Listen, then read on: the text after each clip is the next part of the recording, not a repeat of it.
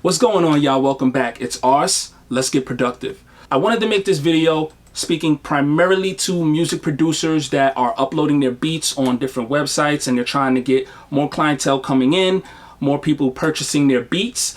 It's not all about selling the artist. You might be trying to sell to content creators, people with YouTube channels that need music for the background of their videos. This video is going to be all about quick mixing. It's very important if you're uploading your music online to be consistent. And one of the ways to be consistent is to kind of come up with a philosophy and a workflow that allows you to not only knock beats out quicker, but knock the mixes out quicker. So I'm gonna go over some of the philosophies that I try to follow when I'm doing my quick mixes.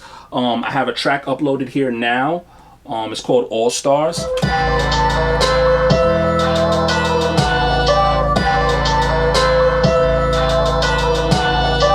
I'm gonna deconstruct that track and show you a few principles that I like to follow when I'm doing quick mixing on beats. And following these principles, it's not gonna get you the best mix in the world, but it's gonna get you a mix that can be playable on anything and sound good. And that's what's important when you're trying to sell your beats online. You have to remember that a lot of the people that are listening to your beats online, they're listening from their cell phones, they're listening from their laptops. So your goal shouldn't be to try to achieve album level mixing quality in your beats. If you're trying to do that with every single beat, it's gonna really slow you down, and you're not gonna be uploading beats as quickly as you should be uploading them.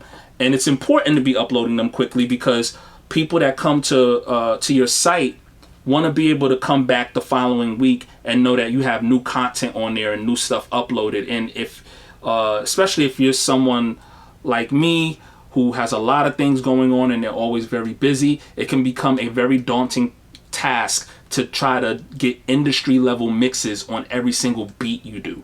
So these philosophies and following these patterns are going to help you get a good mix quickly so that you can upload it on to a website and hopefully make some sales, hopefully build some relationships, and so on and so forth.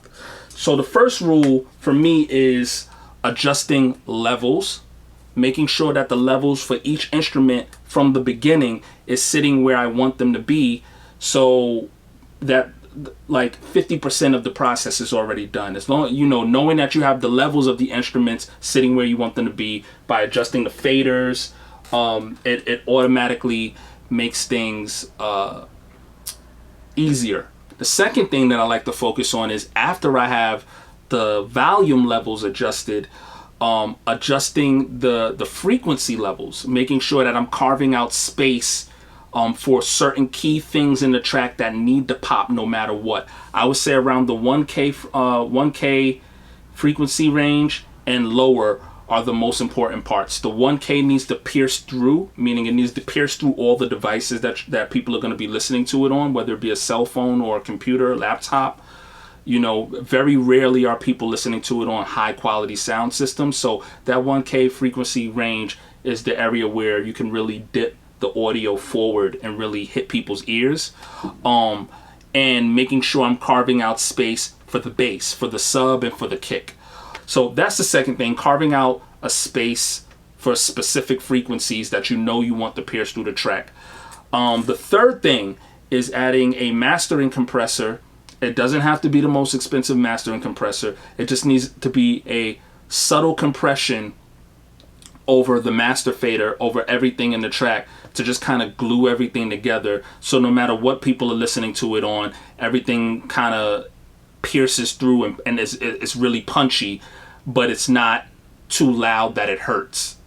So everything kind of dips down where it needs to dip down, and you're bringing up certain dynamics that need to be brought up, and it's punchy and it's in your face, and it doesn't sound like certain instruments are way louder than other instruments when they don't need to be. It's just glued together nicely. So adjusting your levels with the faders, then going to the EQs and carving out space and certain frequency ranges for certain instruments, and then at the end of all of that, adding a mastering compressor. And if you do these things the right way, you should have a decent enough mix to throw up on a website and you know, get things going. So I have my track right here. What I'm gonna do is, I already kind of did everything. I already kind of did a quick mix on this beat. So I'm gonna deconstruct the beat and kind of show you what I added, what I did, and why I did it that way. And maybe, hopefully, it can be something that you apply to one of your beats moving forward. So let's jump right into that. Okay, so we're looking at one of my tracks. It's called All Stars. I have it uploaded on BeatStars right now. So if there's anybody that's watching this that wants some background music or wants to take a better listen to the track, you can go to my website on beatstars.com and check out the track All Stars. I'll throw the link down in the description below. So this track consists of 10 instrument tracks. Not a lot, not anything too crazy, so I should be able to go through this fairly quickly with you guys. So like I said, the first thing I do when I know I've completed the beat is I like to go through the faders here and adjust the volume the way I want to adjust the volume. So first thing I do is I put everything at 0 decibels, assuming I did that already because everything isn't at 0 decibels. I put everything at 0 decibels and then I just start to make adjustments to the faders. So I have my kick here and my snare. We'll just play that real quick. Play the kick and the snare for 4 bars right here. Now, for me, what I like to do is to get the kick and the snare popping, hitting as hard as it can hit and popping as hard as it can pop. What I like to do is turn them down, turn the kick and the snare down. This is how I try to make sure that things aren't clipping. I go to my computer and I raise the volume. I raise it fairly loud. And the reason I do that is because one of the primary reasons people get distorted audio is because they have the volume in their system or in their interface, they have it too low. The volume that they're hearing out of the speakers sound low, and they keep raising the volume of the instruments to try to beat the system and try to get it louder and louder and louder until they can't even raise it anymore, and then they still don't understand why it's not sounding that loud in the speakers, so then they start adding plugins and stuff to try to make it boost more. What I do is I start with it as loud as it can be. This sounds like a simple thing, but it's something that you can kind of overlook when you're making beats, because when you're making beats, a lot of times you're not worried about that. You're just trying to get the ideas out and you just have everything just going crazy. When I'm mixing them, I try to make sure that the volume is loud, and then I go to the kick and the snare that I have lowered, and I slowly start, I open up my level meter for the sake of what we're doing here to try to get the kick and the snare sitting as loud as it can sit without being too distorted. You don't need to have it on peak and RMS. It can just be on peak because you're just trying to see the loudest levels, like how loud the loudest levels are. So that's the main thing, is the peak levels. That's what you're paying attention to. So, and I slowly start introducing the instrument. So I'm introducing the kick. Now already,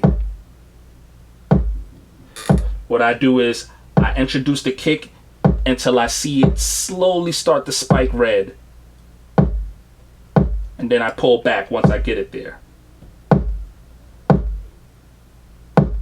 Alright, now I'm pulling back. So right there should be good. And then now I can lower the volume. I can now lower the volume in my system because I know this is the loudest instrument I want in the song, and I have the loudest instrument as far as volume is concerned sitting where I need it to be. So that's pretty good. So I know that that's right. Then I can start introducing the snare now. So I'm just running through this really quickly with y'all, just to where it feels good. Now both instruments are hitting and nothing is clipping, right? So that's important. So right now, right off the back, I have a basis as far as volume is concerned on where I want things to sit. The kick and the snare is sitting where I want it to sit, and everything else can just trickle down from that point. You know, so I have those two things hitting. And then what I would try to do after that is find the bass. See if I can find it. I think it's right here. No, that's a vocal sample. Alright, yeah. So the bass is here, and I can make those adjustments to the bass. Actually, the bass is already kind of sitting where I want it. Yeah, just lower it just a little bit. It's okay if it starts peaking just a little bit. Remember, this is just the peak meter. It's not the peak in the RMS. It's just showing at certain points it clips just a little bit, but that's fine. That's fine for the sake of the bass, the kick, and the snare. Like right now, I'm okay with that. I'm okay with that. So those three things are sitting right, and now it's about building all the other instruments around those three things. So let's start introducing instruments.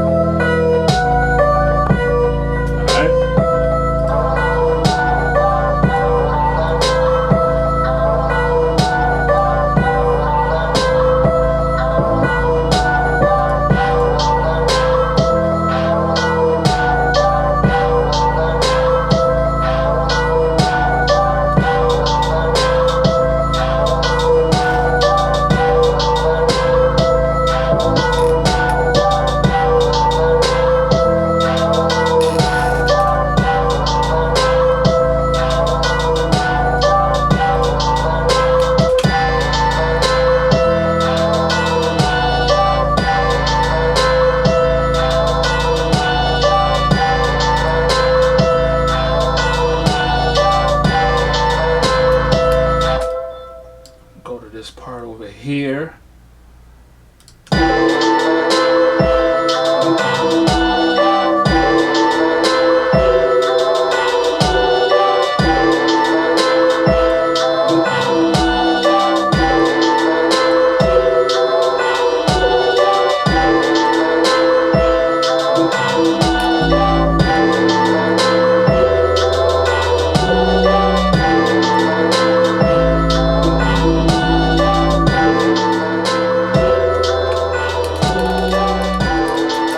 Okay, so we got all the levels sitting pretty much where we want them to sit. The next important part of this process is carving out those frequencies, making sure that the instruments have a space in the frequency spectrum to sit in the first place. You can't have everything sitting on top of each other as far as frequency is concerned. And when I'm speaking about frequencies, I'm talking about things like how much sub is in the sub, how much where the knock is in the kick, and I'll show you what that looks like. Now, if you'll see what's going on in the EQ here, as far as the kick is concerned, you want to focus on a few main things. So if you look over here, what's happening with the kick, you'll see I cut like 35 hertz, close to 40 hertz out of the frequency spectrum here. The reason I did that is because I want to leave some room for sub. Not too much room. I like there to be a little bit of sub in my kick. Like I don't like my tracks to be too clean, because you can mix some of the soul out of your tracks when you do stuff like that. I like it to have a little bit of grit. I like it to be a little messy, if that makes sense. So I don't want to take too much sub out of the kick and make it too clean, and like there's a perfect spot for the sub and a perfect spot for the kick and a perfect spot for the snare, because I almost feel like I leave gaps when I do that, and it's too hollow. It's not enough warmth and soul in it. So I leave a little bit of sub in the kick, and then I go to the bass. I'll drop the EQ down here, and I'll go to the bass. After you do this part, everything else is pretty simple. And I'll show you what I mean by that. But I'll go to the bass, and I'll open up the EQ for the bass, and I'll try to look at what's happening with both of these things here. This top EQ represents the sub, and down here at the bottom, this represents the kick, right? So what I like to do is to just make sure, before I do any EQs on any of the other instruments, is make sure that I have the kick and the sub sounding the way I want them to sound together. So if you look right here, you will see that I have the kick down here at the bottom. I cut about 35 hertz out of the kick. So that already eliminated a lot of the sub out of the kick. So the sub bass that I have up here at the top can kind of operate in this spectrum here loosely and have its own space to kind of breathe. And then what I did over here was I paid attention, because this sub bass that I used was very sub heavy and didn't have a lot of brightness to it, I added a lot of like natural distortion without adding a distortion effect. I just boosted the frequency in certain areas. So at around 55 hertz is where the sub was kind of hitting the hardest, and I boosted that frequency. And at around 80 hertz, 77 hertz, that's where the kick was operating the hardest, and I boosted that frequency. I didn't cut anything because I wanted both of those things to really hit hard. Now, in another mixing situation, I might carve some frequencies out of where those two instruments are hitting the most. So, for example, if the sub bass is hitting at around 55 to 60 hertz, I would go down to the kick and I would put a dip. So I would go to 55 to 60 hertz and put a dip there. That way the kick doesn't overpower the sub at that frequency. That way it'll allow the sub to breathe. In this track, because it's just a beat, and I just want it to cut through the song, and I want everything to be punchy and really come through, I tried to limit myself and not cut too much, and just, as far as the kick and the bass is concerned, focus on adding instead of cutting. So I wanted the sub to have a little bit more distortion in it. So at around 300 hertz, I boosted it because I saw that there was a frequency operating there.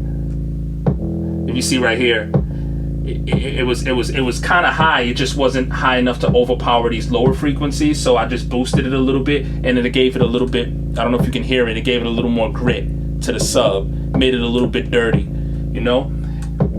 And I boosted it around 200 hertz for the kick down here, just to give it a little more thump, so you can hear the kick through the sub. And with these settings right here, for this specific track, it works. Again, I wouldn't necessarily do this for every track. As a matter of fact, in most tracks, I wouldn't do this. I would focus more on like very subtle mixing for the kick and the bass, because I feel most of the time the kick and the bass kind of sounds good already. You don't need to cut too much or add too much. But just for the sake of selling a beat online, and people are going to be listening through certain devices, you really want it to kind of cut through. So let's say from 150 hertz down to 20 hertz is where the kick and the bass is operating the most. So that's important to keep in mind. Where your kick and your bass is operating the most. For my track, it's around 150 hertz down. The reason that's important is, now that I have the kick sitting the way that I want the kick to sit, everything else is pretty much just cutting everything from 20 to 150 hertz. Now, that doesn't mean cut everything completely. There might be certain instruments that need to live in the 150 hertz range, and you don't want to cut it out completely. But most of the instruments can still survive, as far as the soul of the instrument can still survive if you cut it at around 150 hertz. And what that's going to do is, now what you just did is you carved out an entire frequency spectrum that is just dedicated to the kick and the bass, and then the next frequency spectrum is dedicated to the melody and the instruments, which I want to be brighter. I don't want it to be muddy, so I can cut out 150 hertz and let those instruments live in that spectrum. If you get the bass and the kick sounding right, and then you move over to the next spectrum and try to make all of the instruments operate within that spectrum, the EQing process is done. You don't need to go crazy and do all of these different kinds of things and add compressors and all these different kind of things. Just get the levels right and get the EQs right. Kick and bass in this spectrum, melodies in this spectrum. They have their own spectrum and they're sitting properly, and you got the levels right, so you know that nothing is being overpowered by anything. So that's how the kick and the bass sounds. If you look at the snare, I'm gonna turn the snare on. So I liked how the snare sound. Initially, I liked how the snare sounded already, so I didn't do any EQs to the snare. If I wanted to, this is the EQ for the snare. If I wanted to, I could just take this band here and just duck out all the sub, like I said, up to 150. And I know that there's no extra mud down here for the snare interfering with the kick and the bass. But I don't feel like I needed to do that. It sounded good already. So I just let it live. I let it breathe. One of the things I did for the bass was on a bus track, I added a bit of clip distortion. So I'll show you what the bass sounds like without it. So this is the bass without clip distortion. And this is the bass with clip distortion. Just gives it more rumble. And the reason I put it on a bus track is so that I can introduce that plugin generously, or as you know, as much as I want to introduce it, without just having it be on the bass, and there's nothing I can do about how much of it is on the bass. Like right now I have it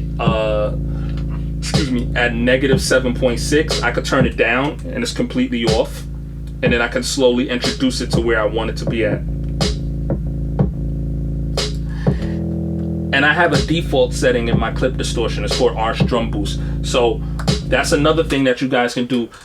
Always save your presets. If you have something sounding good, don't be afraid to hit that save button and save it as a preset. That way on the next track that you're mixing, you save time, because you can just, you know how you want your clip distortion to operate. So you can just go to your preset and turn it on, and it'll just be applied. You know, you don't have to kind of do the homework all over again and find out how it needs to work. So yeah, added that to the bass. I introduced the snare. We can introduce the melody now. The hi-hats. The vocal sample. Like I told you before, I had the bass and the kick operating at 20 to 150 hertz. And you can see here with the vocal sample, I took out all the way up to like 350 hertz. Just so that there's nothing interfering with the kick and the bass in that frequency spectrum. And it still sounds good. You know what I'm saying? It's still sitting on top of the track. As a matter of fact, it's sitting better on top of the track because there's no muddiness to it. It's not interfering with anything. It has its own space. You know, I can show you what that space looks like.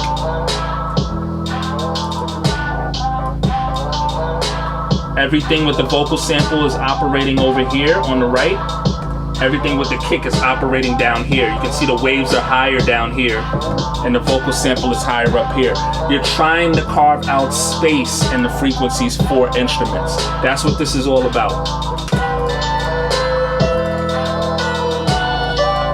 Again, I could have cut out more in the bass down here, but as you can already see, there's nothing happening down here in the sub frequency range anyway, so I didn't need to cut anything. What I did was, for this instrument, this bell, and I'll solo it so you can hear it. There's a lot of life in that bell. This is something you can do with some of the instruments that you have at home as well. If you put a high shelf and you boost the higher frequencies of an instrument, you can hear it breathe a little bit.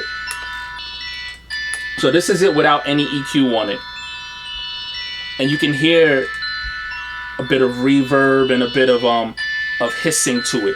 There's some on the floor of that instrument, there's some like residual frequencies in air. And sometimes bringing that airiness up makes the instrument sound more live, and it also makes it dance on top of all of that bass that you have in your track. It makes it dance in a really nice, bright way. So all I did was just add a little bit more highs from 4K up, just to make it breathe a little bit more. So in the headphones and coming through speakers, if that bass is rumbling a lot, there's something in the high frequency range to kind of offset it, to make everything seem balanced. You don't want the whole track to sound muddy. And sometimes a way to get the track to not sound muddy is to add an instrument that can breathe in that 4K and up range and add some brightness to the song.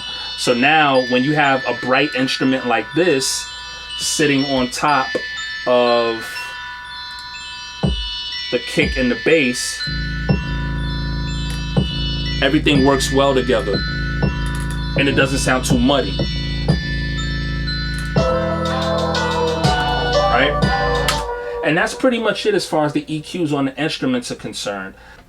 When you're trying to quick mix, you get your levels right, you carve out those frequencies for the instruments the way you want them to, And then once you've done that, you do this final step here, which I'm about to show you, which is add a mastering compressor. I like to use the DDMF, the Magic Defi Stereo compressor. I think it's a really good compressor. One of the reasons this is a good compressor is because it's not too harsh, and for the sake of these mixes, you don't want the compressor to make your track sound over compressed. You just want it to be a little bit of glue to kind of bring everything together. See how high I can go with this.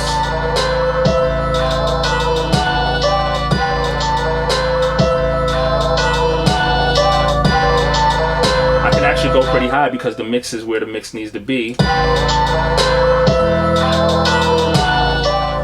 But I'm gonna leave it at 7. It doesn't need to be that loud. And then with the threshold, I turn the threshold up only until I see it operating. So at 0, it's not doing anything. You can see these arrows here are not moving at all. The arrows are not moving. Once I start introducing the threshold, the compressor's starting to activate a little bit.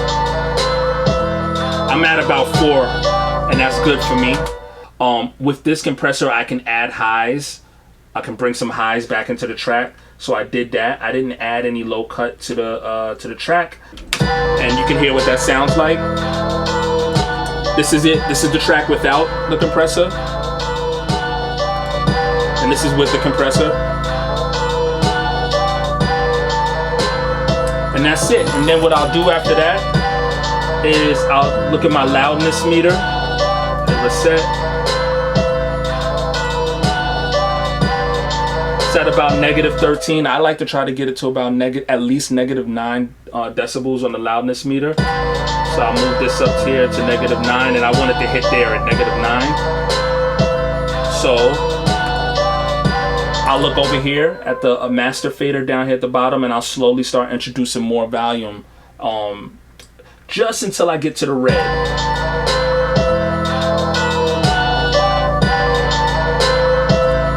And then I'll try to hit reset there.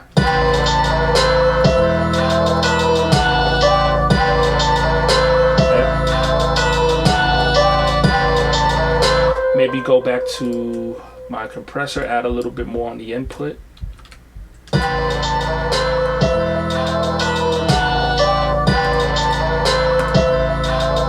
There we go.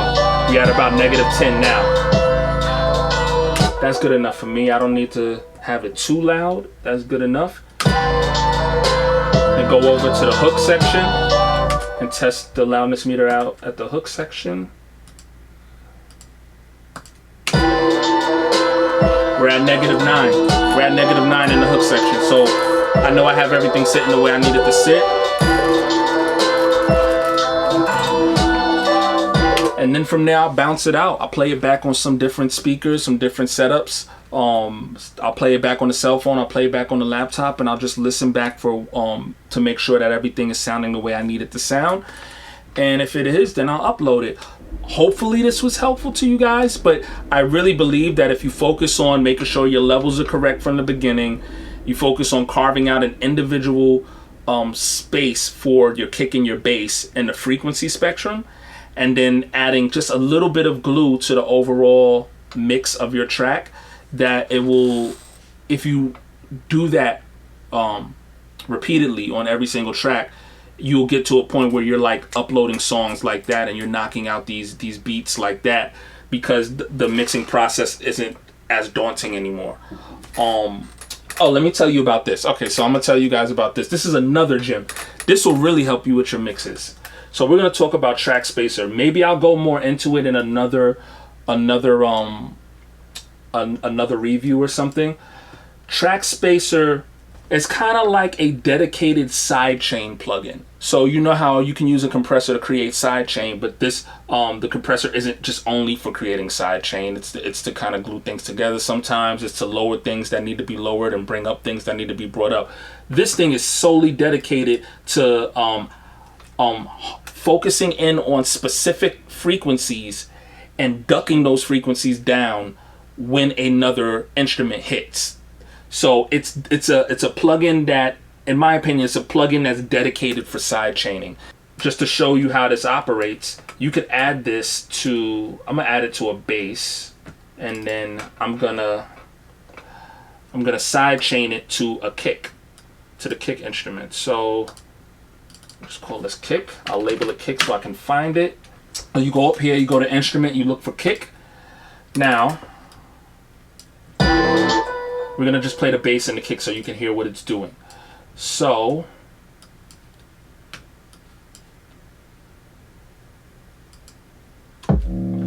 as you can see right here, so that white line that's ducking back at the bottom, that white line represents the bass. This top wave up here represents the kick. Every time the kick hits, the bass ducks back like you would do in a side chain. But what this thing lets you do is it lets you dial in that side chain so it can be more natural. So I can adjust the attack and the release so it's not so dramatic. So I can still get more of that bass, but the kick is cutting through. And then right here, the amount, I can tell it how much I want it to duck back. The ratio. So I'm turning the knob down to allow more of the bass to come through. And it's very subtle, but you'll notice when I turn the plugin on, the kick cuts through a little bit more.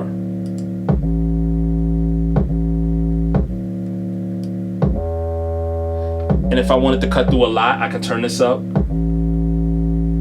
and it's cutting through even more. You can use this on every instrument on your track. You can add track spacer.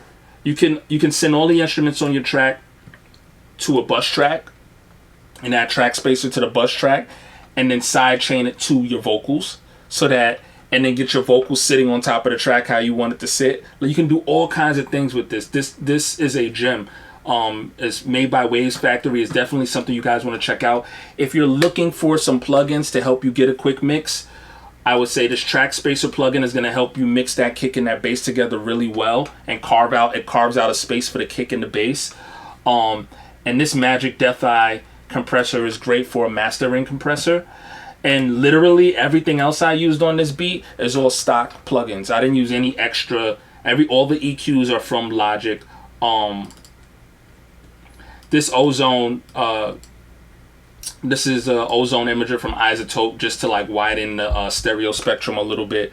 But it's nothing major. All the EQs I used were from Logic. The distortion that I used on the bass was from Logic. Everything was stock plugins. So hopefully this was really helpful. I hope you guys are able to get your beats uploaded and get them sold a lot quicker because of this video. And if you have any questions, or there's anything in this video that you want me to go into more detail about, please leave a comment at the bottom. I'll try to answer your questions, or maybe I'll make a whole nother video just dedicated to something you want me to talk more about. And in general, please hit me up and leave a comment just letting me know what you want to see more of on this channel. If you want to see me go into an in-depth video about mixing, not a quick mix, you want to see me do a real mixing tutorial on how I go about mixing songs and mixing beats, let me know. That's something I can jump into. And yeah, stay productive. Peace.